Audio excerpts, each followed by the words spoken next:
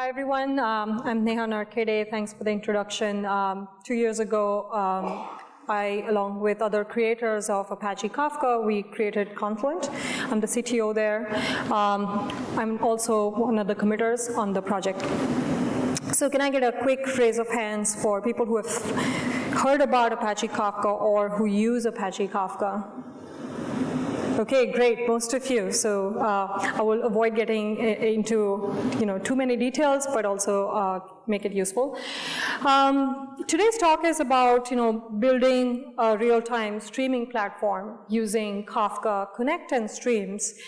And this is very relevant because a lot of companies are making a fundamental shift towards leveraging data in real time and moving away from batch-style computing, which is essentially once-a-day data processing.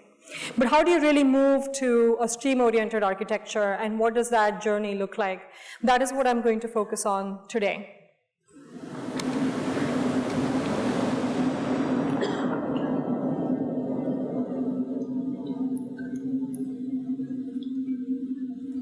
Okay, so this is what the plan looks like. I'm going to start by talking about the motivation behind streaming data, talk about Apache Kafka for the minority of you who haven't heard about it, and then go about explaining how Kafka can become a streaming platform which operates at the heart of your company. So first off, why stream processing? Why worry about this at all?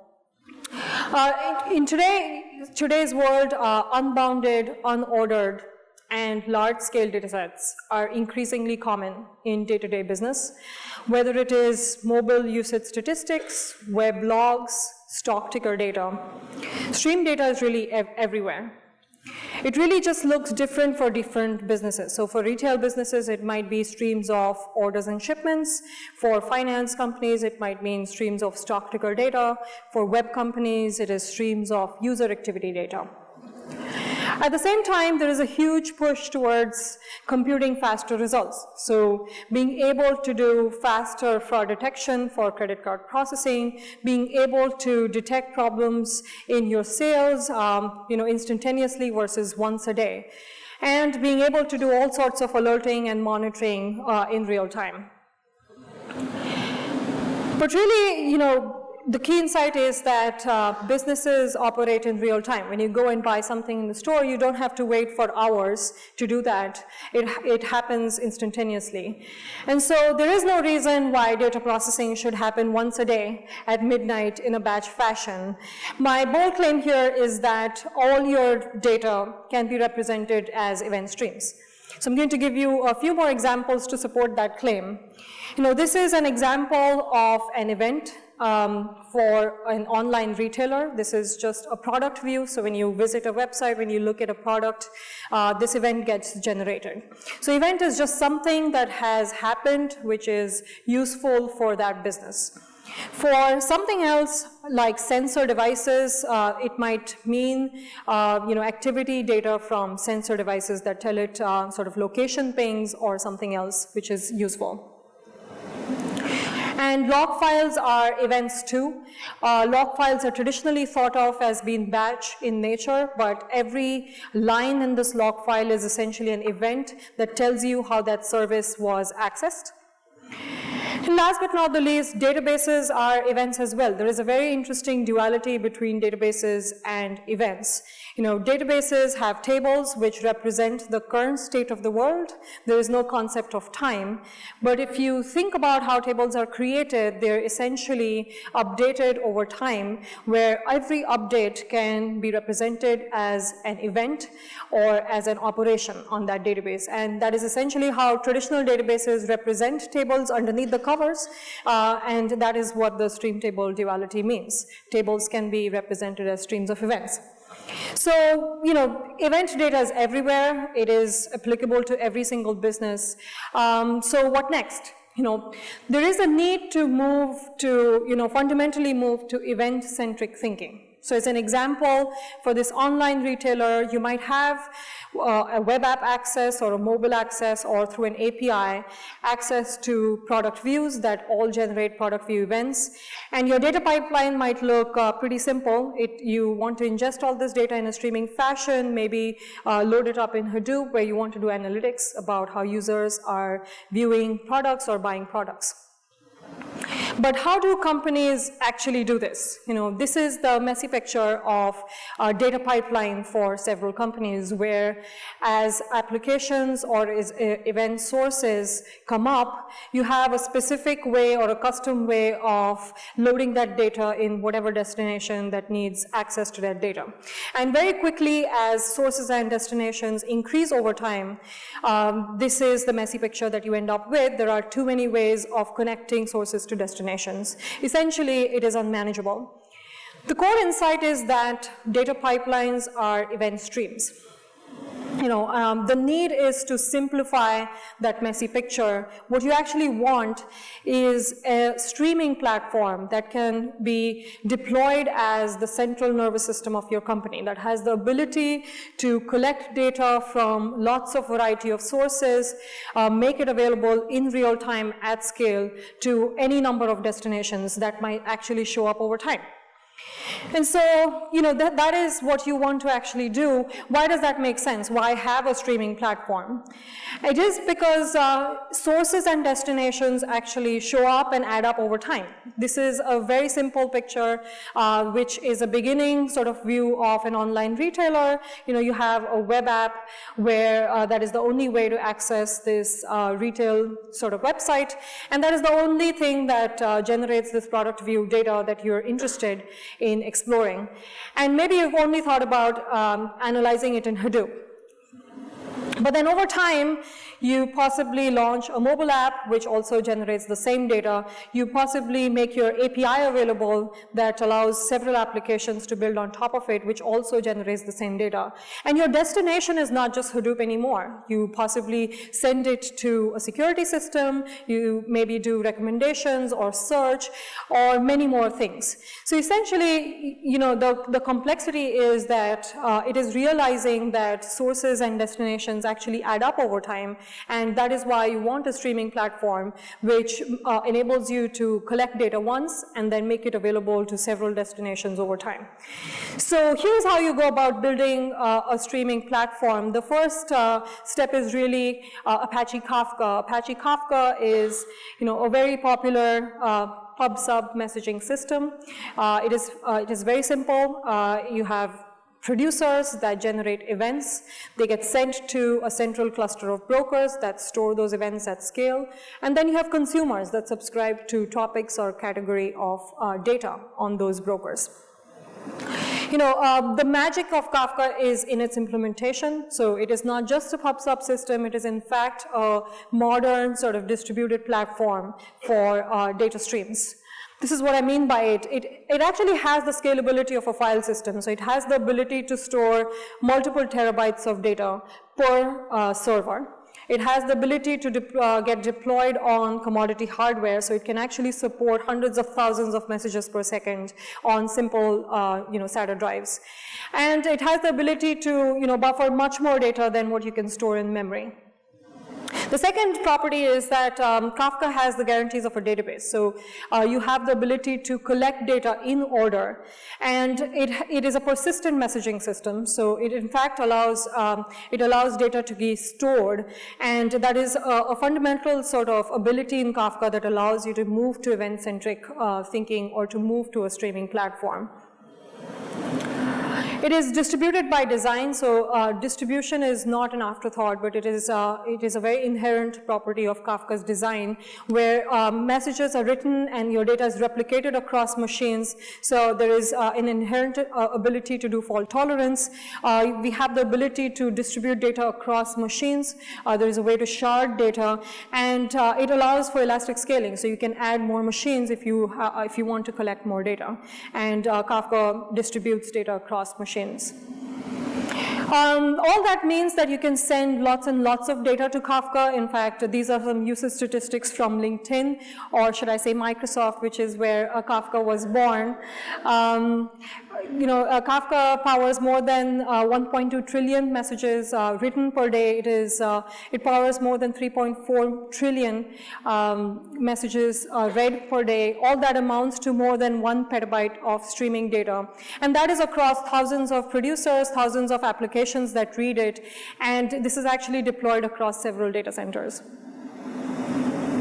Since we open sourced it, roughly 5 years ago, Kafka is used in thousands of companies worldwide, from Uber and LinkedIn and Netflix, all the way to traditional enterprises like eBay and PayPal and Cisco and Goldman Sachs.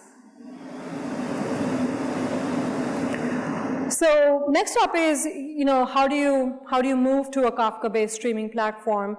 Any infrastructure is only as useful as data that it has. And so the first step of adopting Kafka is really thinking about how to make it useful. How do you connect data, existing data that lives in many systems and sources and sinks all the way into Kafka?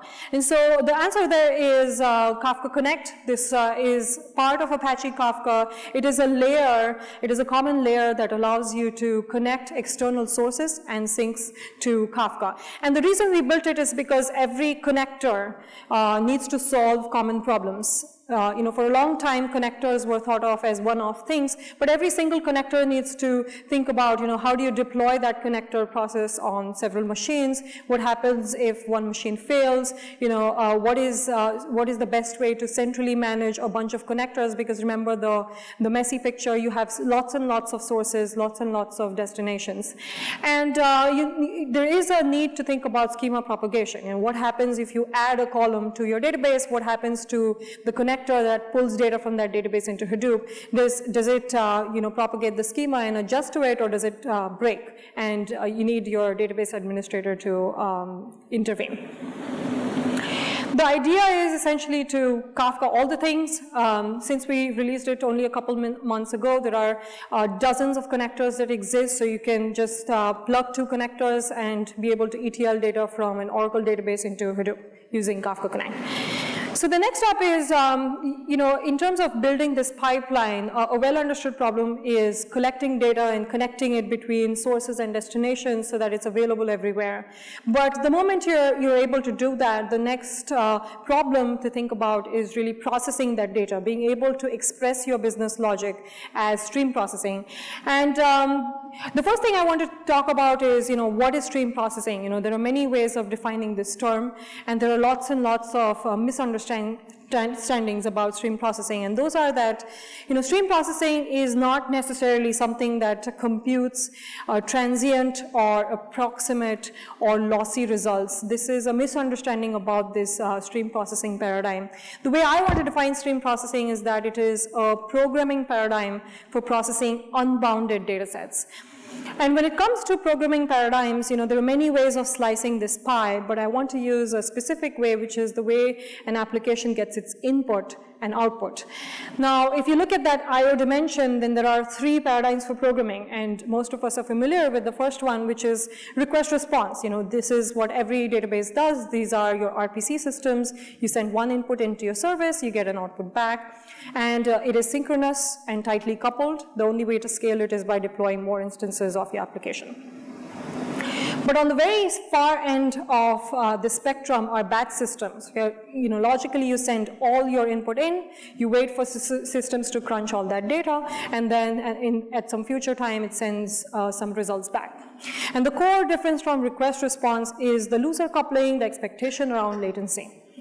And last up is actually stream processing. Here you send some inputs in, and you get some outputs back. And the definition of sum is left to the program. It could be one input, or it could be everything. Your output is available at different times too.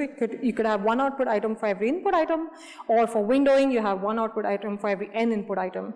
Stream processing, the fundamental thing is that stream processing is often thought about as something that is just real time in nature, but it is really a generalization of these 2 extremes, request response and batch.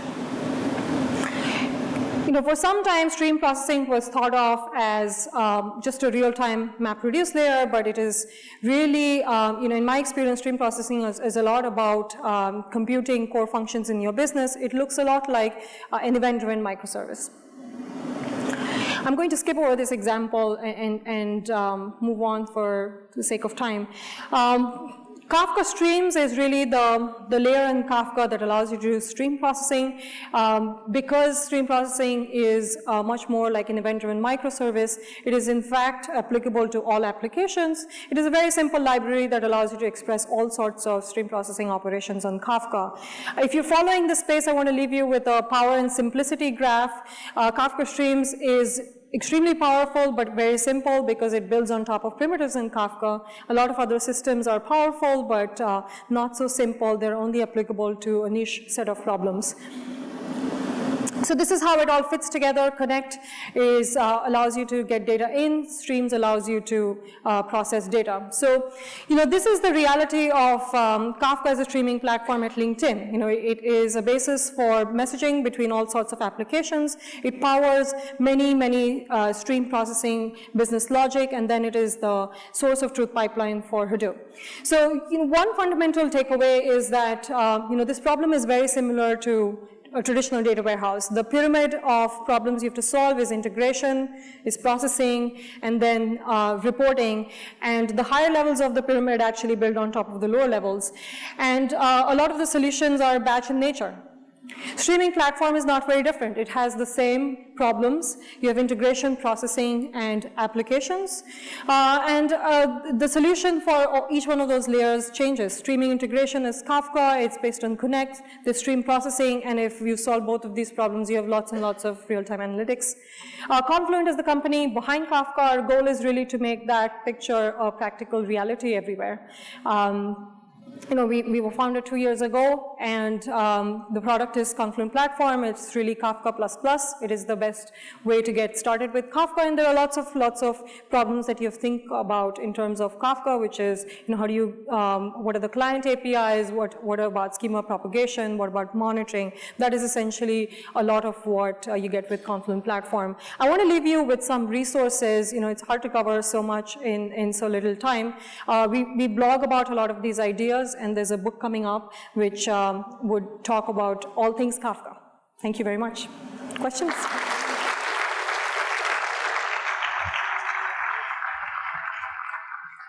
Thank you, Neha. This was great. You alluded to it very quickly at the end, so I want to give you a chance to maybe talk a little more about the company Confluent, and maybe almost from a business perspective, what because it's the typical question of a company building a product on top of open source is, are you the hosted version, are you the services version for Kafka? Do you build proprietary products on top of the open source? Yeah, great question. At Confluent, we offer today an on-premise product. You had an excellent question, what about building on top of open source? The product is open core, so the core of it is Apache Kafka. A lot of tools around it are open source, as well as there is a proprietary sort of enterprise edition with all sorts of monitoring capabilities that allows you to monitor and operationalize this platform. In addition to the product, we do enterprise support, consulting, and professional training. Great. And another quick one from me before I open up to people. What industries and type of businesses have you found to be the most forward-thinking in terms of using Kafka in production? I mean, other than the Silicon Valley, LinkedIn type companies, what industries? That's a great question. Besides the web companies, which is essentially where Kafka's adoption started, the two kinds of businesses, or maybe the kinds of businesses that are pretty forward-thinking, are the businesses that understand real-time.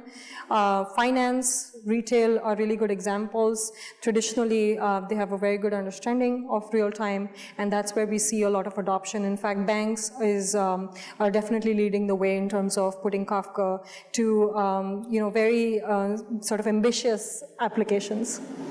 Great. Do we have questions in a microphone somewhere? One right here.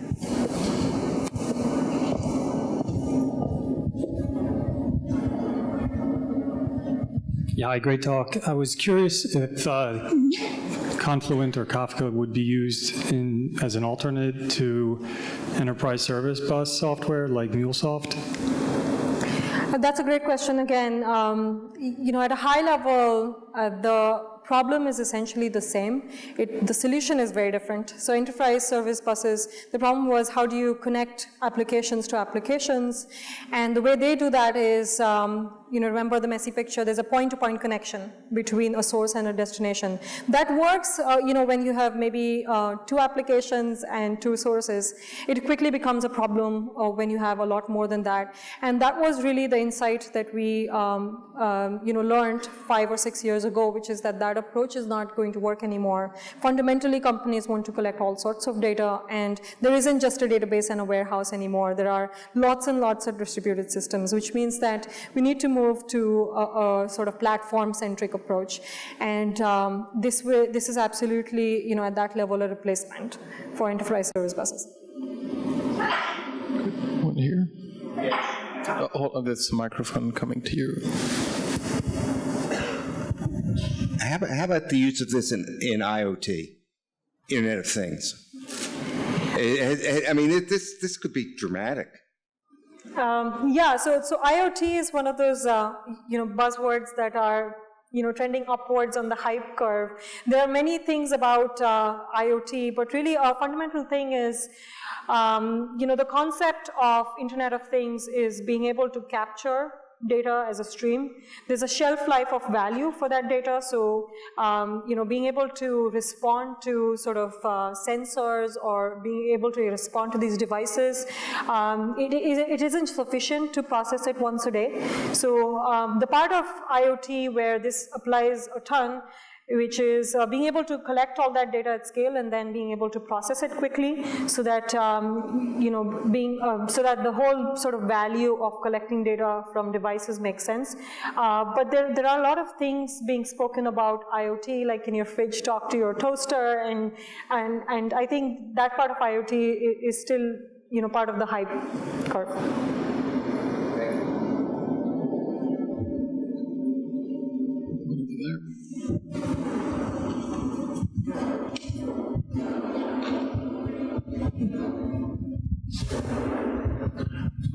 Thank you.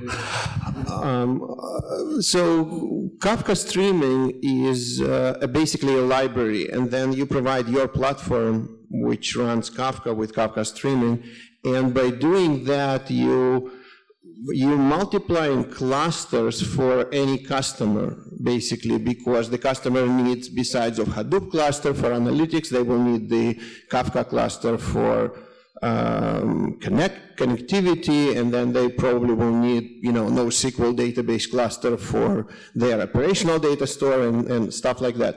So how will you compare that product to, for example, MapR converged platform, where everything is just running on one cluster and the streams are seen just as a first-class citizens built into file system?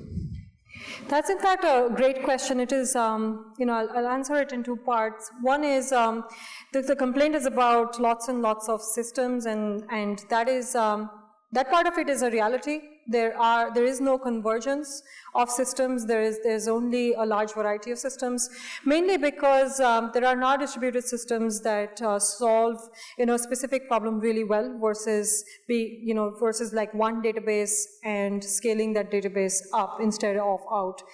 The other question is about, what about Kafka streams? Why is it a different thing? And there the approach is really dependent on the application. A lot of these other stream processing systems, I didn't get a chance to get into the details.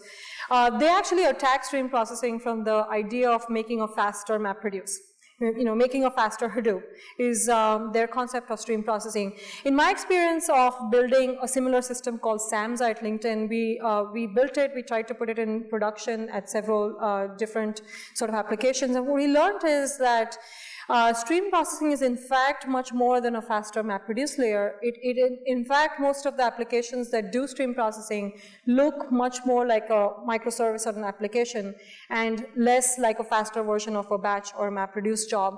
What that means is, most of your stream processing is actually not happening today because it should happen inside your application, because that does the business logic. And that is the whole concept of architecting sort of Kafka Streams as a lightweight sort of library API.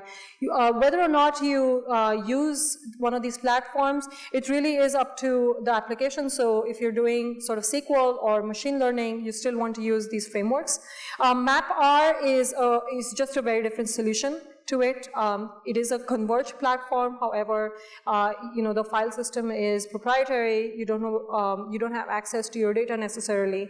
Kafka is an open system. If you have decided on Kafka, then Kafka Streams is useful. If you have not, then it is probably more of a question of whether you should adopt it or not.